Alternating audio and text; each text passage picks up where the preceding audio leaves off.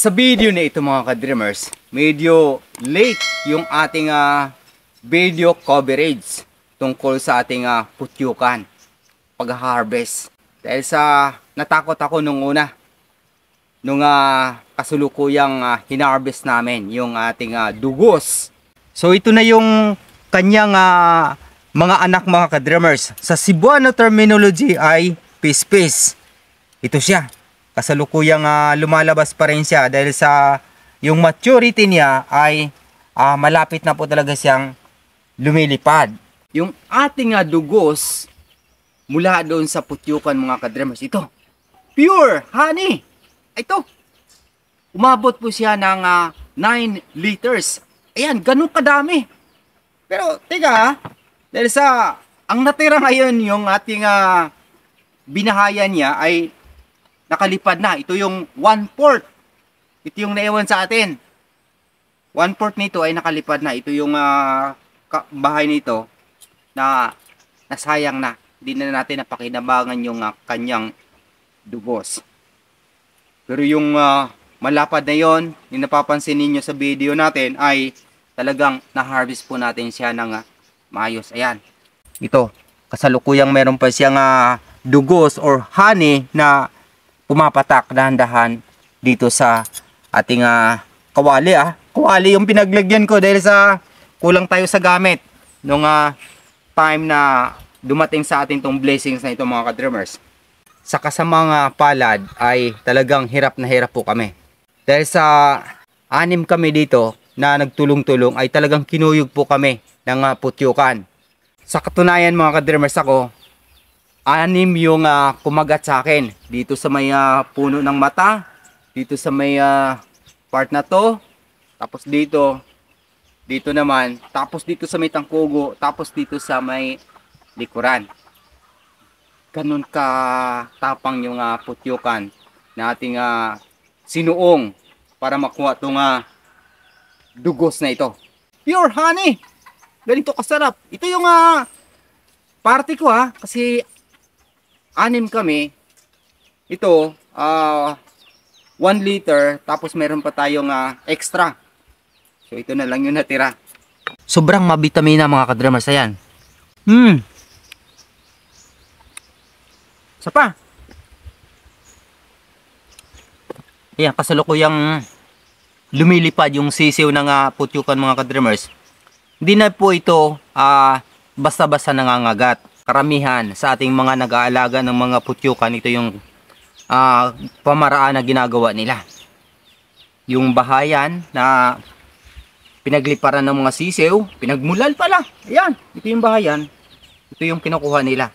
Tayo dito dahil sa yung ating sakahan ay mayaman. Mayaman sa putyukan. Taon-taon, maaari po tayo makapag-harvest dito ng 2 times. Ayan. Native putyukan. So abangan niyo po sa mga susunod na taon, sakaling pala rin tayo, biyayaan tayo uli ng Diyos. Basta kukuha tayo ng maayos na video, aktual, kung paano natin kukunin yung dugos mula doon sa napakadaming putyukan. Hindi ko masasabing ilang libo basta napakadami. Biro mo, kung ganun kalaki yung putyukan, tapos punong-puno sila, tapos ganun kakapal, ay libo, di po talaga basta-basta mabilang yung putyukan. So, ang klaseng putyukan na ito mga ka-dreamers, ito yung kulay itim. Sobrang matapang po talaga dahil sa yung aking tiyuhin. Talagang nag-collapse po siya 2 times dahil sa napakadami yung kumagat sa kanya. Mahigit 20 piraso. So doon ko nasaksihan na buhis-buhay din pala yung honey bago natin makuha kapag native yung putyukan. Kaya sa mga nagtatanong kung bakit di ko nakuha ng video, first time ko po talaga sumama doon sa ganong klaseng pag-harvest ng putyukan. In-experience ko muna, tinitingnan ko muna yung kalakaran para sa susunod ay magkakaroon tayo ng idea. Ayan, ito na yung ating experience number 1. Yung aking jogging pants sa kulay itim ay hindi po talaga dinapuan ng putyukan. So, The best way, attire, kapag nag-harvest tayo ng putyukan ay dapat kulay itim. Pero yung puti kasi nagkakaroon ako ng double para doon sa mukha ko, yung kulay puti, din yung dinudugok ng putyukan. Kaya sa susunod, may awa ang Diyos, kung pala rin tayo makapag-harvest uli ng putyukan dito sa vicinity area ng Angkan, sa lupain ng kamag-anak, ay ayun yung gagawin natin. Yung attire natin dapat kulay itim.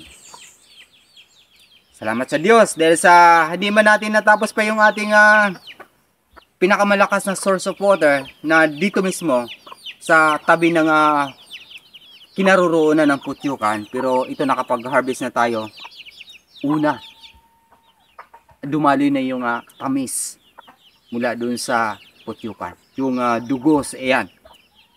Sa Biblia, nagtataka ako yung lugar na Kanaan, yun yung promised land, ay mayaman sa dugos at dugos putyukan. Ano ba tawag nun?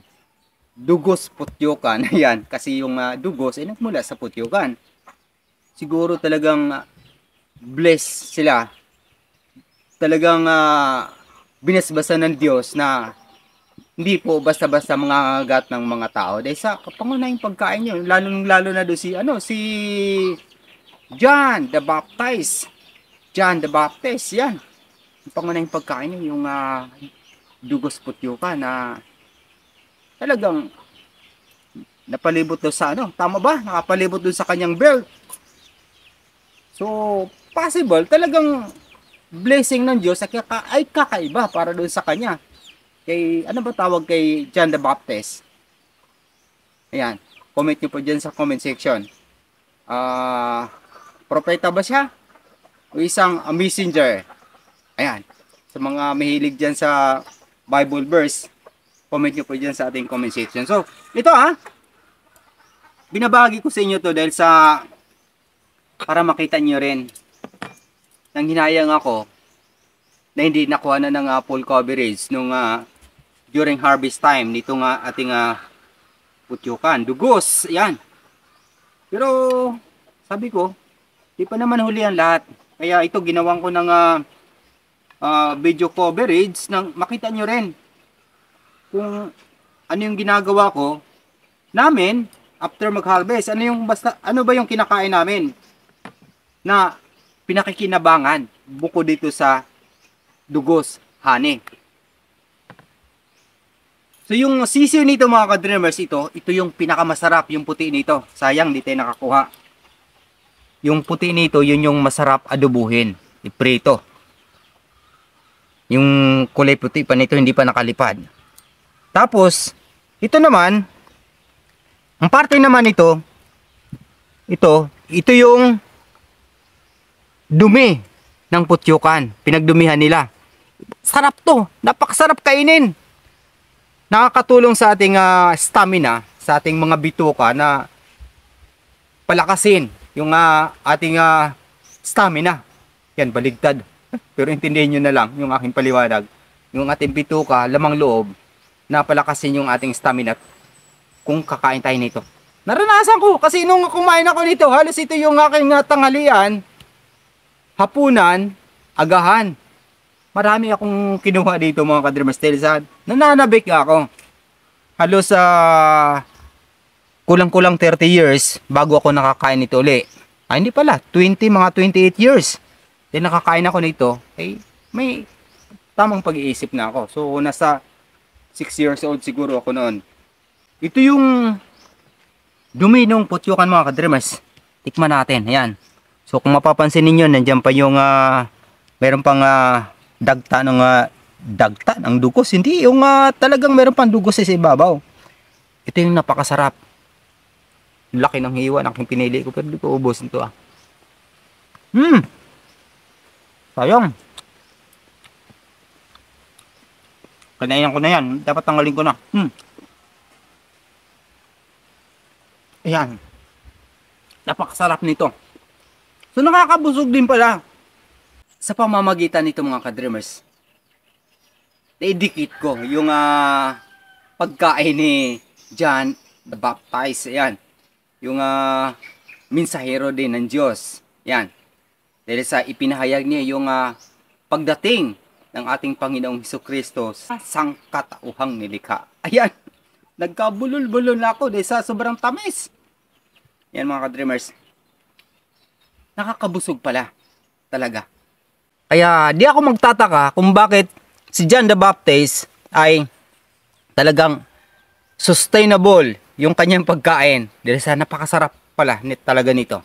Maring ito yung binalik-balikan niya. Yung malatinapay. Ika nga. Dahil sa napakasarap din pala. Yung iba nito ay binaliwala nila to. Yung dumi ng pinagdumihan ng putyukan. Pero napakasarap Sayang. Pero abangan nyo mayawan Diyos baka sakaling makapag-harvest pa tayo. Puno-puno pala. Punong-puno pala yung aking bibig. Napakasarap. Yung aking cameraman naglalaway na. Mga ka-dreamers.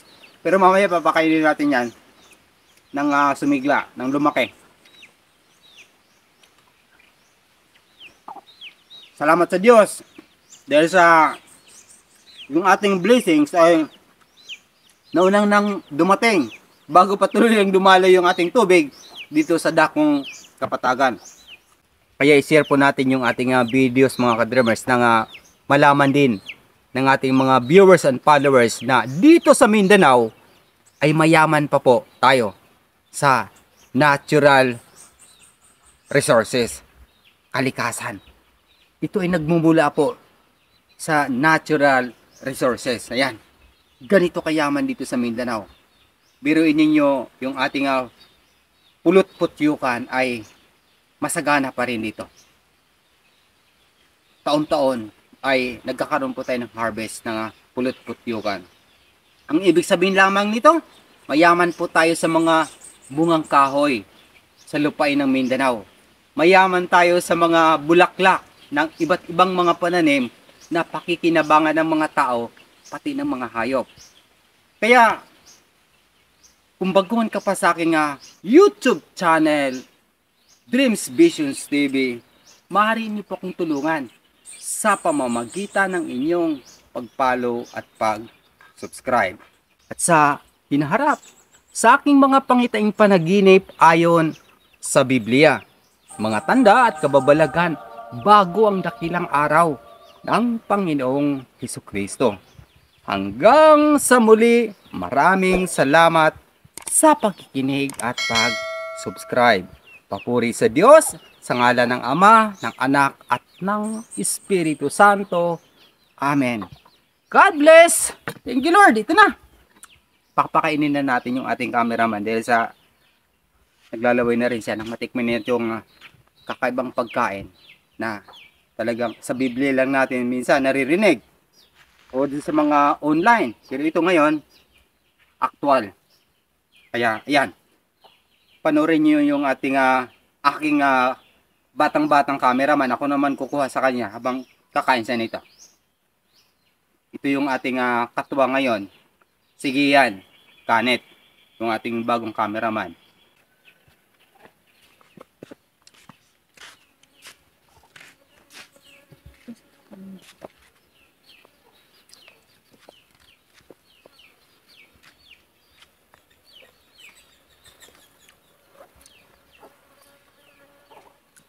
Sige ko lang sa intro ko. Nalagyan kayo na. Kuha ka dyan. Hindi ko pakita mo na yung mukha mo